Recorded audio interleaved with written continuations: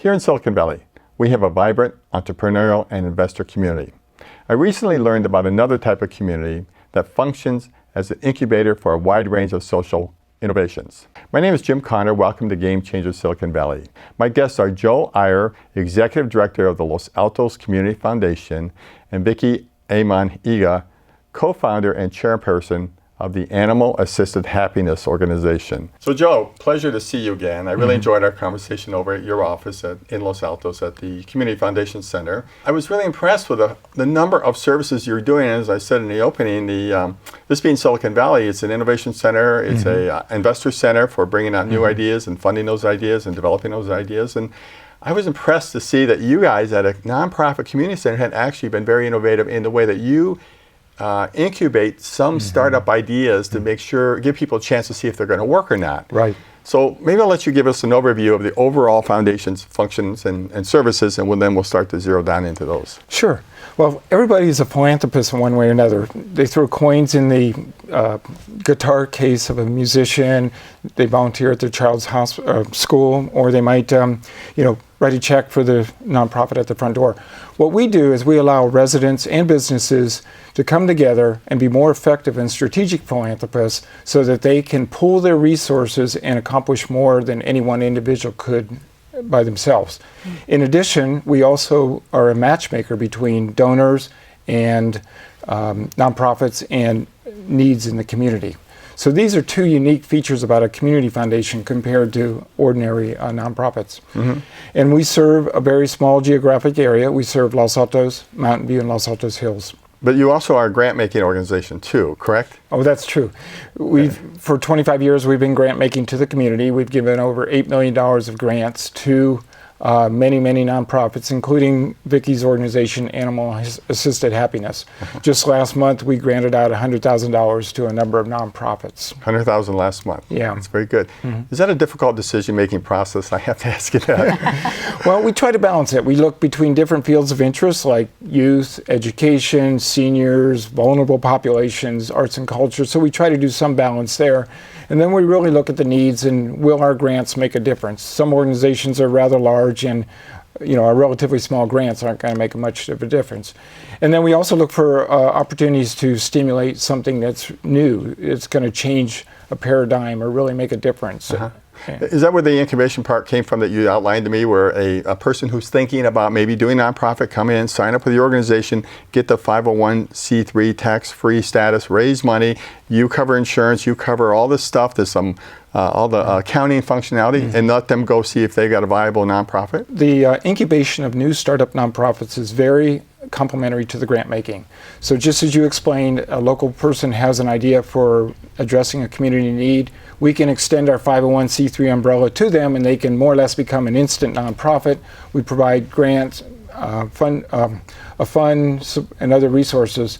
And this is in contrast to them applying to the IRS, waiting to be designated, which could take months. And by then they've lost their passion and ran out of steam. So we allow someone to hit the ground running, go after their mission and not worry about all the administrative details of running a nonprofit. Yeah. I have had friends who have gone the nonprofit route who have, we'll talk about this, who have suffered through a year and a half, 18 months, waiting approval. And of course what happens, and maybe we'll explain this to our audience, when you want to be a nonprofit, you start out as a for-profit company and you apply to the IRS for nonprofit status, never knowing if it's going to be granted or not, hoping, and if it's granted, then all the people who may have given you money get a tax deduction, and if it's not granted, too bad, no tax deduction. So it's a big disappointment to a lot of people, and the time is. That's right. So I like this instant nonprofit program. This is pretty good. So Vicki, you're a nonprofit. You've been around 7 years, as you explained it to me, and now you were a grant recipient from Los Altos Community Foundation. Maybe you can give us an overview of your program. Okay, so Animal Assisted Happiness is a nonprofit that was founded in Los Altos Hills, kind of at our dining room table with ourselves and our 4 children. To help children with special needs experience smiles.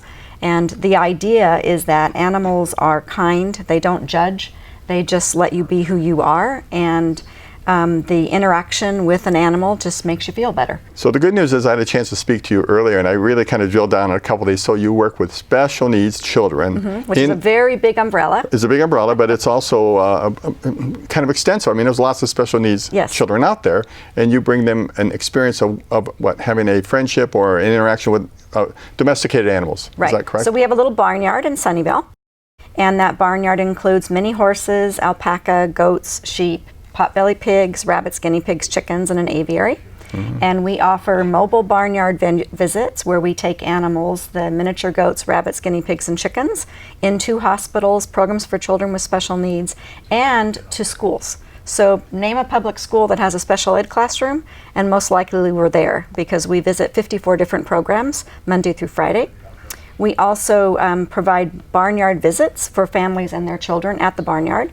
And then we have a vocational education program for children with special needs. And this is all done through volunteers. So I was talking to Joe earlier that we're 7 years in. We have over 935 registered volunteers, and we count smiles. Our mission is to create smiles. We're all free of charge for our services, and we've created 25,174 smiles to date. What happens when a child interacts with an animal, and the animal is not judgmental, doesn't have any problems being a normal animal, if I can use that? What happens then? It's just magic.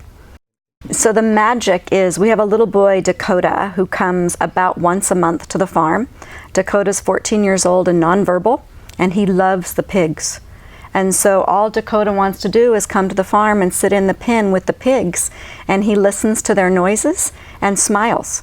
And to him, it's magical time for him. She did not go through your incubation program, correct? That's right. Right. If we would have known, we would have. Yeah. What is the scenario? I mean, how long? Give me an example of what works out, and maybe an example of what doesn't work out. I mean, it's good to know if you have a non-viable thought. We really start with early stage nonprofits, meaning someone who's just starting, walks, from the beginning. And so we've had examples like we have one program called the MBLA Scholars that has been with us for several years, and they raise scholarship money for children who are going to college, typically first in their family to go to college. And that program has really blossomed. They have a couple of really good, strong leaders. They've built an advisory board, and they are raising a lot of money and expanding the program. So that's a great example. Yeah, of course. Yeah. What is the most important 2 or 3 ideas when you're going to start a nonprofit that you would advise somebody to get under their belt or get a grip on? Well, the first thing is to be very clear what problem you're trying to solve. And some people come up with ideas that are really duplicating what's already being done. So I'm not about proliferating, duplicating nonprofits. Make sure it's a unique idea. It's much like tech, a unique, differentiated idea that's really going to make a difference in the community. So that's the first thing. Second of all, building resources, building volunteers, building partners, building a board that can help you in the effort. And the reality is you have to work on the finances. In the end, it has to be viable financially. Yeah. So if a family wants to come and see you, has some special needs children, or 1 or 2 or a group, do they call you up? Do they go to your webpage? They go to our webpage, they submit a request for a visit, they sign up, and then we get back to them and schedule a time, all using Google. What is your webpage? It's www.animalassistedhappiness.org. You've been around the foundation for how many? 3.5 years. Yeah. What led you to make this decision? I spoke to you. You're a professional. You worked in the tech sector here. Right. A prominent guy, very successful in your career. What happened? I mean, it's a good thing. Well, I'm a failed retiree. Yeah. I did retire from tech. You tried to retire. Yeah, I did retire from tech in 2009. But I started volunteering around the community. I feel very strongly about what I call community philanthropy, where people pitch in, work together at the grassroots level to make the community better. And so I did volunteering with different organizations. I actually started one of the fiscally sponsored programs that we're now operating, called Los Altos Forward. And then I started to realize what the foundation does and the impact that it has on the community, and I realized that in this role I could have a much bigger platform for doing good things for the community, and that's what got me involved. Now you have a budget you also have to go out and raise. Oh, yes. Do you have long-term benefactors for that matter?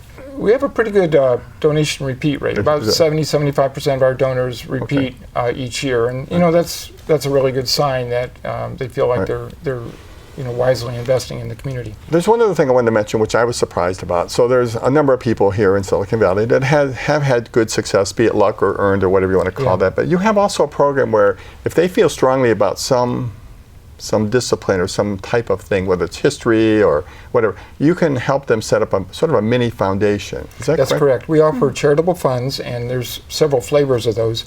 There's what's called donor advised funds, which are effectively like a mini foundation. You get a charitable deduction immediately, and then you can grant out over time to any nonprofit around the U.S. Any existing nonprofit, including ones under your umbrella, incubation umbrella. I mean, we suggest those to our donors, but we certainly don't strong arm them and force them to do it. They can grant to anyone.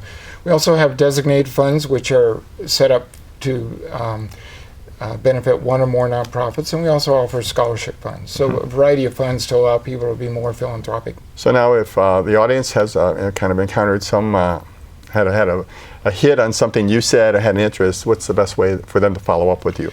Well, the easiest way would be come to our website, losaltoscf.org, or you can put up my email and people can contact me. Oh, your email. What is your email? Because we'll put it up. Okay, it's joe.eyre@losaltoscf.org. Beautiful. We'll do that. Great. What do we think? I'll go back to you. What do you think we'll see in the future from the Los Altos Community Foundation? Are there any programs you expect to roll out that are relatively new? Well, we're continuing to refine our programs that we talked about a minute ago to make those more impactful and more beneficial to the community. I want to increase the amount of grant making we're doing to nonprofits around the community, and I also want to do some more innovative grant making. For example, right now we're working on a collaborative effort with several nonprofits, the school districts, and Krause Center of Innovation around summer learning, trying to get more kids to go to the summer learning programs. We found out last year that some of the nonprofits had empty seats, and at the same time, some of the kids that should be going to these summer learning programs weren't. So this year we are working together and trying to change the paradigm a little bit so that things are improving. So it's not just operational grants, but it's improving things. You don't do anything outside of the Los Altos Hills city limit, correct? Or Mountain View. Mountain View. Okay, because we're in Mountain View here. Yeah. This is the public television station in Mountain View, and it's a nonprofit, and it has programs during the summer here where they teach kids how to work video and audio equipment and so on like that. So. So KMVT would certainly be eligible to apply for a grant. Well, we'll have to look into that then. This may be something good for the station. And so, that's one thing. Just helping people better understand community philanthropy and the importance of it. And then finally, we're working on building an endowment, which would be a long-term resource for the community in terms of providing grants and funding to address community needs. That's great. Anything we should look for from your organization, Vicki? Well, we are in conversations in the permitting process to build the Animal-Assisted Happiness Smile Farm at Baylands Park in Sunnyvale, a little over 2-acre destination site. So a local farm in Sunnyvale for children with special needs and all of our volunteers. Well, I want to thank both of you for coming in. I really enjoyed it. I enjoyed meeting you and learning so much about the Los Altos Community Foundation. I had no idea you had so many programs going on. And Vicki, you're a testimonial to what the grants can help do and help happen. Because frankly, I think this story about children connecting to animals is fascinating, and especially when the kids have real difficulties doing that. So I want to recognize both of you for your work, and thank you for coming in tonight, and wish you every success going forward. Thank you very much for having us, and thank you for your support. Sure, thank you. This is Jim Connor. Thank you for joining us for this week's episode of Game Changers Silicon Valley. Each week we'll address an area of innovation that may emerge as the game changer of tomorrow. You can follow us on our website, gamechangers.TV, on Facebook or Twitter. We look forward to your continued interest in upcoming shows.